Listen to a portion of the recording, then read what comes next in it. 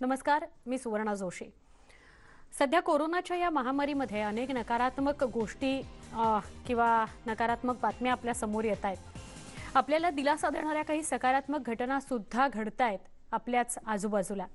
त्यामुळे तुम्हालाही काहीसा दिलासा देण्याकरता आम्ही हा स्पेशल शो मधून घेऊन आलोय काही पॉझिटिव्ह रिपोर्ट्स, ज्यातून तुम्हाला मिळेल प्रेरणा, तुमच्यातही काही सकारात्मक बदल घडतील।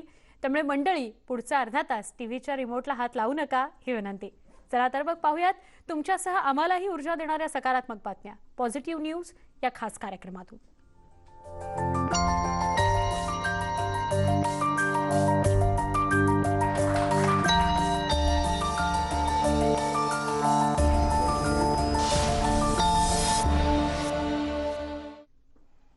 एकीकडे कोरोना रुग्णांची संख्या वाढत असताना दुसरीकडे त्याला हरवण्याकरता शर्थीचे प्रयत्न सुरू आहेत। उपचारासोबत दुर्दम्य इच्छाशक्ती असेल तर कशावरही मात करता येते, याची प्रचिती नाशिकमध्ये पुन्हा एकदा आली आहे। एका दिवसाच्या नवजात बाळानं कोरोनावर मात केली आहे। बाळाच्या जिद्दीसमोर कोरोनानं गुडघे टेकलेत। कसा लढा दिला नवजात बालकानं कोरोनाशी आणि डॉक्टरांनी कसे केले प्रयत्न, पाहूयात आमचे प्रतिनिधी प्रशांत बाग यांचा पॉझिटिव्ह रिपोर्ट।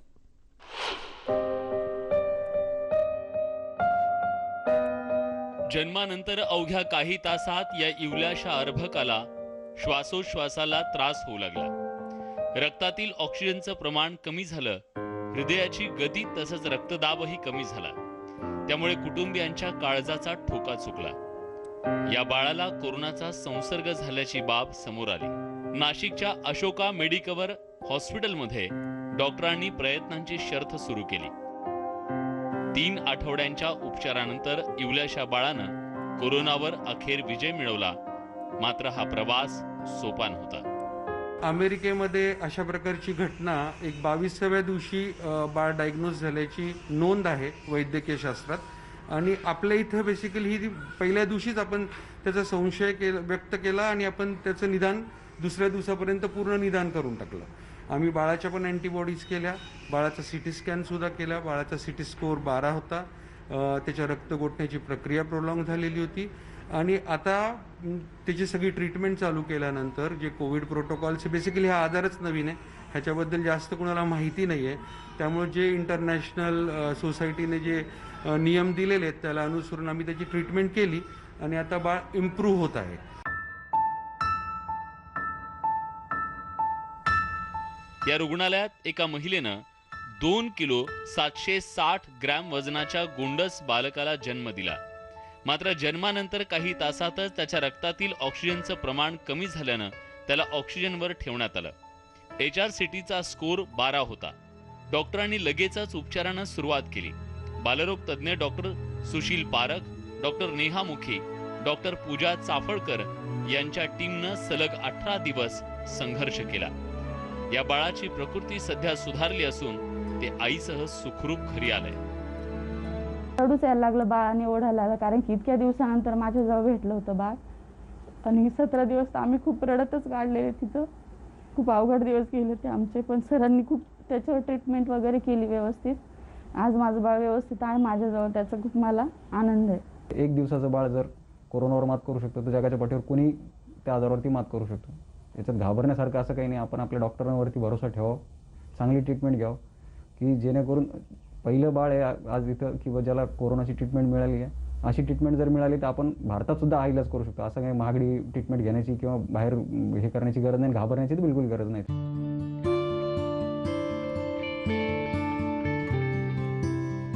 या बाळाची आई गर्भवती असताना शेवटच्या 3 महिन्यात नकळतपणे कोविडचा संसर्ग झाला।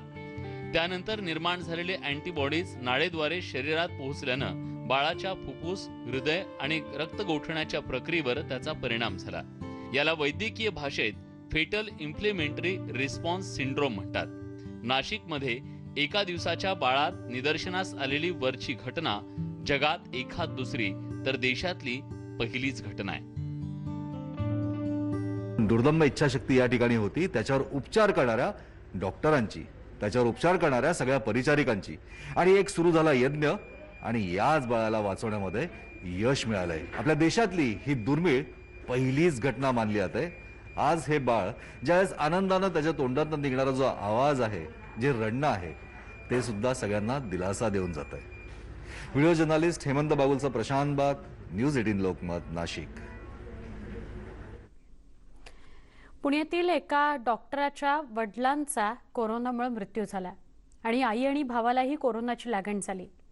असं असतानाही डॉक्टरांनी रुग्णसेवेचं कार्य अविरतपणे सुरूच ठेवलंय. रुग्णालयात इतर रुग्णांसोबत डॉक्टर आपल्या कुटुंबियांवरही सध्या उपचार करतायत. पाहुयात या आरोग्य दूताची कहाणी.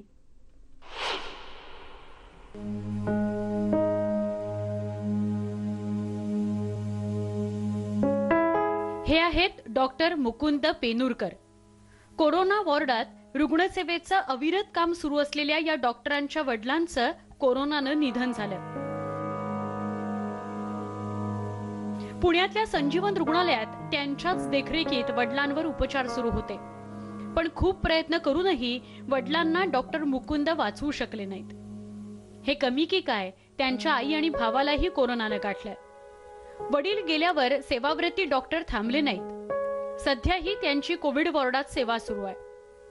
कोरोना वॉर्डात जाताना ते अशी पूर्ण काळजी घेतात, स्वतःच्या सुरक्षेची काळजी घेतल्यावर ते रुग्णांवर उपचार करतात. शेवटी सेव्ह करणारा तो असतो, पण आपण त्याचं माध्यम म्हणून जेवढं शक्य आहे तेवढं सगळं काम करत राहणं हे महत्त्वाचं आहे. आणि सध्या नीड खूप आहे, त्यामुळं अशा सिच्युएशन्समधनं जाताना विधी आणि या गोष्टी थोड्याशा बाजूला ठेवून ज्या आपण नंतर पण प्लॅन करून करू शकतो. आत्ता आपल्याला सोशल सर्व्हिस करताना ह्या गोष्टींची नीड जास्ती आहे, तसं त्या पद्धतीने त्यामुळं मी लवकरात लवकर काम चालू केलेलं आहे. डॉक्टर पेनुरकर कोरोनाबाधित रुग्णांवर सुरुवातीपासूनच उपचार करत होते. परिस्थिती अशी आहे की कुटुंबातील सदस्य सुद्धा आपल्या प्रियजनांना भेटू शकत नाहीत. डॉक्टर पेनुरकर यांच्या कामाप्रतीची निष्ठा अत्यंत उच्च कोटीची आहे. कारण वडील गेल्यावर अंत्यसंस्कार केल्यानंतर दुसऱ्याच दिवशी ते पुन्हा रुग्णसेवा करण्यास रुजू झाले. बाकी इतर रुग्णांसाठी पण हे एक संदेश आहे की प्रत्येक वेळेला डॉक्टरांनी कितीही प्रयत्न केले तरी सगळ्या रुग्णांना, म्हणजे जे काही आपल्याला अदरवाईज जाणवतं की कुठेतरी डॉक्टर कमी पडले की काय, असं कधी कधी वाटत असतं. पण सगळ्या गोष्टी आपल्या हातात नाही आहेत. काही गोष्टींना आपल्याला आउट ऑफ कंट्रोल म्हणतो, तसं या कोविडमध्ये काही कॉम्प्लिकेशन्स असे आहेत की त्या आपण सगळ्याच्या सगळ्या कॉम्प्लिकेशन्सवर मात करू शकू असं नाही आहे. त्यामुळे हे सगळं समजून उमजून नातेवाईकांनी पण घ्यायला पाहिजे. कोरोनाच्या संकट काळात रुग्णसेवा हीच ईश्वर सेवा मानणाऱ्या डॉक्टर पेनुरकरांच्या सेवेला न्यूज 18 लोकमतचा सलाम. व्हिडिओ जर्नलिस्ट गणेश कदमसह वैभव सोनवणे, न्यूज 18 लोकमत, पुणे. कोरोनाची दुसरी लाट आली तेव्हापासूनच नाशिकच्या नांदगाव शहरात असलेल्या ऑक्सिजन कोविड केअर सेंटरमध्ये डॉक्टर रोहन बोरसे अविरत सेवा बजावत आहेत. गेल्या काही महिन्यांपासून त्यांनी एकही सुट्टी घेतलेली नाहीये. गरज पडेल तेव्हा ते रुग्णसेवेकरता उपस्थित असतात. रुग्णांनी घाबरू नये, काळजी घ्यावी असं आवाहन डॉक्टर बोरसे करतात. सर, ही आज आपल्या देशावर आलेलं एक संकट आहे आणि या संकट काळामध्ये आपल्याला सर्वांना एकत्र मिळून त्याचा सामना करणं गरजेचं आहे. आणि अशा परिस्थितीमध्ये मी आणि माझे संपूर्ण नांदगाव ग्रामीण रुग्णालयाची संपूर्ण टीम ही या कोरोना रोखण्यामध्ये आम्ही अविरत कार्य करत आहोत. मीच काय, माझे सर्व कर्मचाऱ्यांनी देखील सगळे सण वार, कुटुंबातले प्रसंग बाजूला ठेवून हे या काळात कार्यरत राहिलेले आहेत. कोणीही सुट्टी घेतलेली नाही. त्याचबरोबर काही कर्मचारी असे जे पॉझिटिव्ह होते तरी त्यांनी लवकरात लवकर औषध वगैरे बरं वाटायला लागल्यानंतर ते त्वरित ड्युटीवर जॉईन झालेले आहेत. त्यांनी देखील स्वतःच्या जीवाची पर्वा न करता हे अविरत कार्य सुरू ठेवलेलं आहे. आणि या युद्धजन्य परिस्थितीमध्ये माझ्या अंदाजे हे असंच कार्य संपूर्ण टीमने केलं पाहिजे. का केलं पाहिजे? शेवटी हे जसे देशावर जे संकट येतं त्यावेळेस आपले सैनिक स्वतःच्या जीवाची पर्वा न करता आपलं संरक्षण करत आहेत. तर आज हे आपल्या अंतर्गत जे देशाच्या अंतर्गत जे आलेले युद्धजन्य परिस्थिती त्याचा सामना करण्यासाठी आपण हे नक्कीच कार्य केलं पाहिजे असं मला वाटतं. पण काही डॉक्टरांना आक्षेप पण घेतलं जातं आहे.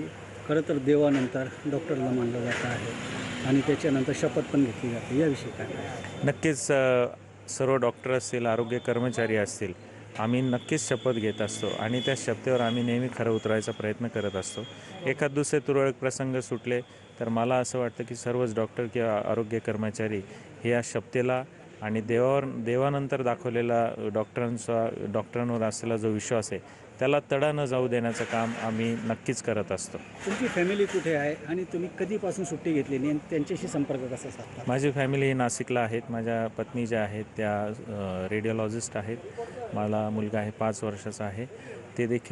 पत्नी देखील कोविड सेंटर येथे कार्यरत आहे आणि गेल्या ऑगस्टपासून आम्ही दोघे कोविड सेंटरमध्ये काम करतो आहोत आणि गेल्या ऑगस्टपासून कुठलेही आम्ही सणवार असो काय असो ते साजरे न झालेले आहेत. परंतु मला असं वाटतं की लोकांची सेवा करण्यातच आम्हाला योग्य वाटतं आहे. स्वयंशिस्त आणि नियमांचं पालन केल्यानंतर कोरोनाला हरवता येतं हे एका गावानं सिद्ध करून दाखवलंय. काही महिन्यांपूर्वी कोरोनाचा हॉटस्पॉट ठरलेलं गाव आता कोरोनामुक्त झालंय. भुसावळमधील साके गावचा कोरोनामुक्तीचा पॅटर्न आहे तरी काय, जाणून घेऊया. तुम्ही लक्षणं दिसताच पहिले टेस्टिंग करा आणि स्वतःचं विलगीकरण करा, अशा रीतीने हळूहळू लोक त्याच्यासाठी प्रवृत्त होत गेले. याच्यामध्ये आम्हाला आमचे समस्त सहकारी सिस्टर, आशा वर्कर, आमचे वराडसिंग PHCचे कर्मचारी आणि ग्रामपंचायतचे कर्मचारी यांचं पुरेपूर सहकार्य लाभलं. त्याच्याबद्दल मी त्यांच्या सर्वांचे माझ्या रीतीने धन्यवाद करते. गावाबाहेरून येणाऱ्यांचा प्रवेश बंद करण्यात आला. गावातल्या स्वच्छतेकडे कटाक्षानं लक्ष देत ग्रामपंचायतीच्या वतीनं सतत औषध फवारणी करण्यात आली. ग्रामपंचायतीकडून सातत्यानं गावकऱ्यांना उपयुक्त सूचना आणि मार्गदर्शन केलं जात होतं. आरोग्य शिबिराच्या माध्यमातून गावकऱ्यांच्या आरोग्याची नियमित तपासणी करण्यात आली. यामुळे गावकऱ्यांच्या मनातील भीतीही दूर झाली आणि कोरोनावर मात करण्यात यशही मिळालं. साकेगावमध्ये ज्या वेळेला कोरोनाचे पेशंट्स मोठ्या प्रमाणात वाढत होते, जिल्ह्यामध्ये सर्वात जास्त पेशंट हे साकेगावला लक्षात आल्यामुळे या ठिकाणी मंडळ अधिकारी श्री किरण पाटील साहेब या ठिकाणी येऊन गेले. त्यांनी या ठिकाणी भेट दिली आणि त्यांनी कंटेनमेंट झोनची देखील पाहणी केली. त्याचबरोबर त्यांनी ग्रामपंचायत कार्यालयाला भेट देऊन सविस्तर माहिती देखील या ठिकाणी आम्हाला दिली, गाईडलाईन दिल्यात आणि त्यांच्या गाईडलाईनच्या माध्यमातून देखील आम्ही जे शक्य तो प्रयत्न केलेत आणि या गावाला आज पूर्णपणे कोरोनामुक्त झालेलं आहे, याचा आम्हाला निश्चित आनंद आहे. ग्रामपंचायत प्रशासन आम्ही स्वतः एवढी मोठी काळजी घेतली आणि आम्ही ते कमीत कमी 5 दिवस गाव लॉकडाऊन केलं. लॉकडाऊन करून प्रत्येक डॉक्टराच्या, आमचे प्रायव्हेट जे डॉक्टर आहेत त्यांच्या हॉस्पिटलमध्ये आम्ही कोरोना चाचणीची टेस्ट प्रत्येकाच्या इथे बसवली. म्हणजे जो बी पेशंट आला त्याची पहिलं चाचणी करून घ्या आणि मग त्याला मध्ये सोडा. म्हणून आमचं गाव कोरोनामुक्तकडे वाटचाल करीत आहे आणि आज रोजी आमच्या गावामध्ये 0 पेशंट म्हणजे पेशंटच नाही आमच्याकडे. ग्रामपंचायतीच्या या विशेष कामगिरीमुळे भुसावळ तालुक्याचे आमदार संजय सावकारे यांनी ग्रामपंचायतीला 24,000ची रोख रक्कम बक्षीस म्हणून दिलेली आहे. साके गावानं राबवलेला हा पॅटर्न जर इतर गावांनीही राबवला आणि मुख्य म्हणजे गावकऱ्यांनी जर स्वयंशिस्त पाळली तर कोरोनावर सहजपणे मात करता येऊ शकेल. इम्तियाज शेख, न्यूज 18 लोकमत, भुसावळ. नागपूरमध्ये रेल्वेकडून 12 डब्यांचं कोविड सेंटर उभारण्यात आलंय. यात 11 डबे हे आयसोलेशनसाठी तर 1 डबा हा डॉक्टरांकरता असणार आहे. एका डब्यात जवळपास 15 रुग्ण ठेवण्याची व्यवस्था असून त्यांच्याकरता ऑक्सिजनची व्यवस्थाही उभी करण्यात आली आहे. सोबतच तापमान नियंत्रित करण्याकरता एअर कूलर आणि स्प्रिंकलर्सची व्यवस्था केली गेली आहे. रुग्णांना भरती प्रक्रिया नागपूर महापालिकेच्या आरोग्य विभागामार्फतच होणार आहे. रेल्वे मंत्रीजी यांच्या निर्देशानुसार जनरल मॅनेजर सेंट्रल रेल्वे आणि DRM नागपूर यांच्या मागणीनुसार इथं 11 आयसोलेशन कोचेस आणि 1 कोच डॉक्टरांसाठी असे टोटल 12 कोचेसची व्यवस्था करण्यात आलेली आहे.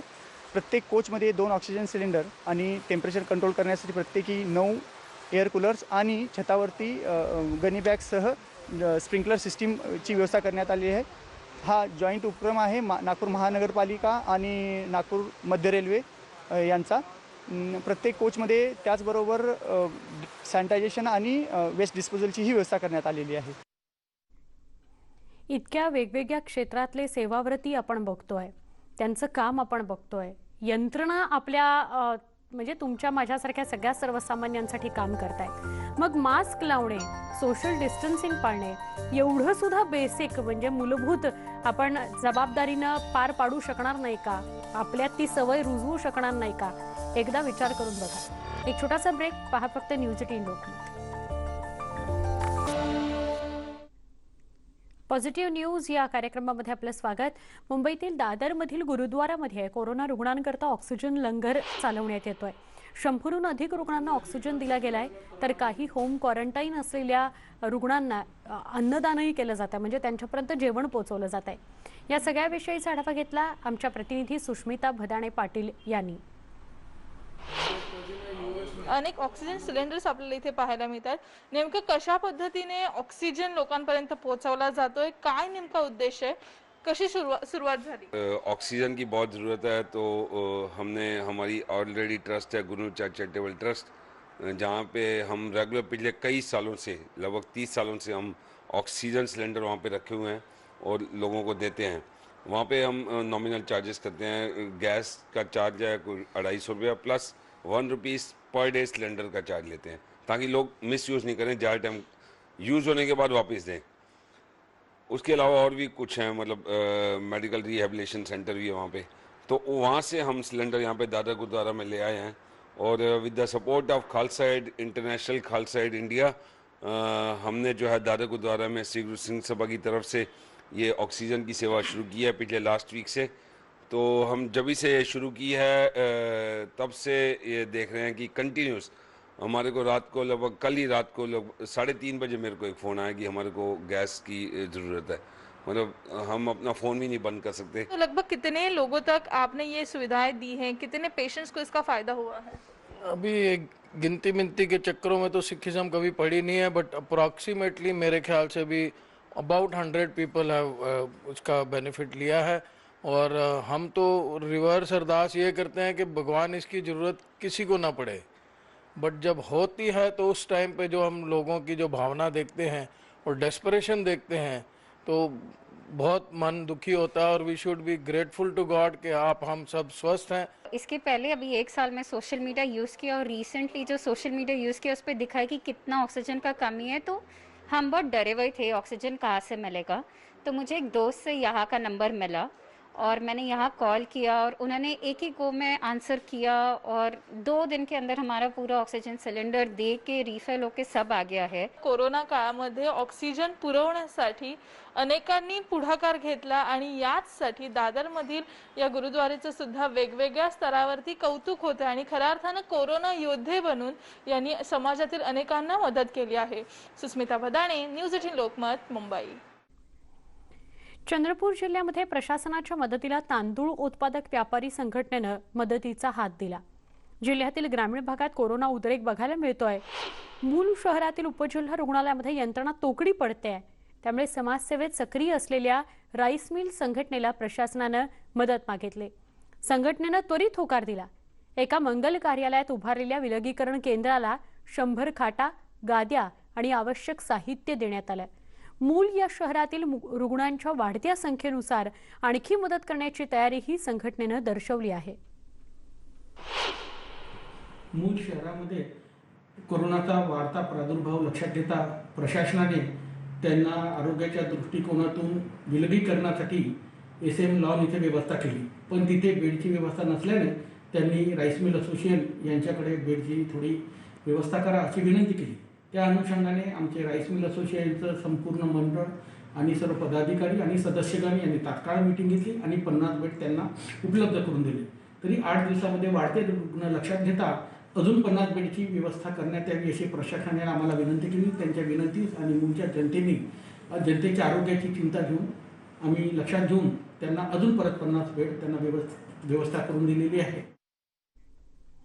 कोरोनाच्या काळामध्ये रक्ताचा तुटवडा जाणवत असल्यानं दौंड तालुक्यातील देऊळगाव गाडा या गावातील एका पहलवानानं स्वतःच्या लग्न मंडपात रक्तदान शिबिर ठेवलं होतं. नवरदेवाच्या हाकेला तरुणांनी उत्स्फूर्त प्रतिसाद दिला. अंकुश आणि वधू पूनम यांनीही रक्तदान करत कोरोनाच्या काळात वेगळा संदेश देत आपला विवाह सोहळा पार पाडला.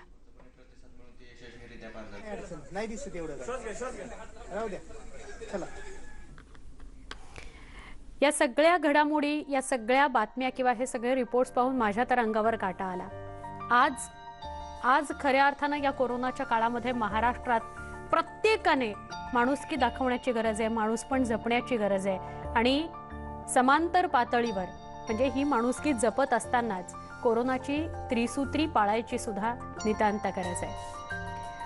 पॉझिटिव्ह न्यूज घेऊन आम्ही तुमच्यापर्यंत पोहोचत राहणार आहोत. आत्ता इथेच थांबतोय. पहा फक्त न्यूज 18 लोकमत.